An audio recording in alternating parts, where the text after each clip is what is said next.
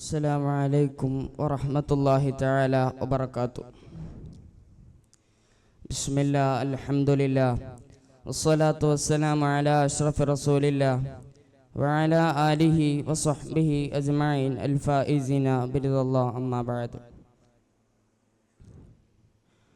പ്രിയമുള്ളവരെ, എനിക്കിവിടെ സംസാരിക്കാൻ കിട്ടിയിട്ടുള്ള വിഷയം ലഹരിയിൽ നിറയുന്ന കൗമാര ജീവിതങ്ങൾ എന്നുള്ളതാണ്. അതിനെക്കുറിച്ചൊരൽപ്പം സംസാരിച്ച് ഞാൻ എൻ്റെ വാക്കുകൾ ഉപസംഹരിക്കാം. നാഥൻ തൗഫീഖ് ചെയ്യുമാറാകട്ടെ. കേരളം രാജ്യത്തിൻ്റെ ആത്മഹത്യാ തലസ്ഥാനമായി മാറുമെന്നാണ് എക്സൈസ് കമ്മീഷണർ ഋഷിരാജ് സിംഗ് പറയുന്നത്. ഇതൊരു പച്ചയായ സത്യമാണ്. ലഹരി പദാർത്ഥത്തിന്റെ ഉപയോഗമാണ് ഇതിന്റെ പ്രധാന കാരണം.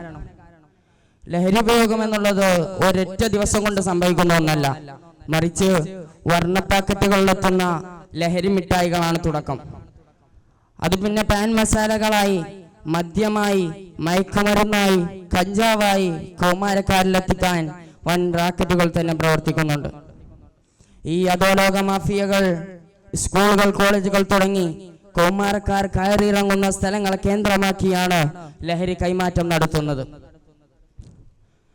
ഇത്തരം സ്വാദിഷ്ടമായ വസ്തുക്കളായ ലഹരി രൂപപ്പെടുത്തി അതിനെ സൗജന്യമായി രുചിക്കാൻ നൽകി വിദ്യാർത്ഥികളെയും കൗമാരക്കാരെയും ലഹരിയുമായുള്ള ബന്ധത്തെ രൂപപ്പെടുത്തുന്നു. പിന്നെ കാലക്രമേണ ആ ബന്ധത്തെ ഊട്ടിയുറപ്പിക്കുകയും ചോരത്തിളപ്പിന്റെ പ്രായത്തിലുള്ളതായ കൗമാരക്കാരൻ അതൊഴിവാക്കാൻ പറ്റാതെ ജീവിതത്തിന്റെ ഒരു അഭിവാജ്യ ഘടകമാക്കി മാറ്റുകയാണ്. ലഹരിയിൽ കാലിടുന്നവർക്ക് അത് ലഭിക്കാതെ വരുമ്പോ, അല്ലെങ്കിൽ അതിനുവേണ്ടി സാമ്പത്തിക പ്രതിസന്ധികൾ വരുമ്പോ സ്വന്തം ബന്ധങ്ങളെ പോലും മറക്കുന്നു. ഉറ്റവരുടെയും ഉടയവരുടെയും ജീവൻ പോലും എടുക്കാൻ മടിക്കാത്ത ഒരവസ്ഥ വരെ എത്തുന്നു. ഈ നവകാലത്ത് പെൺകുട്ടികളിൽ പോലും മയക്കുമരുന്നിന്റെ ഉപയോഗം വ്യാപകമായി കൊണ്ടിരിക്കുകയാണ്. പ്രണയക്കുഴിയിൽ തള്ളിയിട്ട് അവരിൽ ലഹരിയുടെ വാതിലുകൾ തുറന്നു കൊടുക്കുന്നു. ഇതില്ലാതെ പറ്റില്ലെന്നുള്ളൊരവസ്ഥ. മദ്യം, മയക്കുമരുന്ന്, കഞ്ചാവ്, പുകയില, മൊബൈൽ ഫോൺ, ഇന്റർനെറ്റ് തുടങ്ങി എണ്ണിയാലൊതുങ്ങാത്ത ലഹരികൾ ഇന്ന് വിദ്യാർത്ഥികളുടെ കൈവെള്ളയിലാണ്.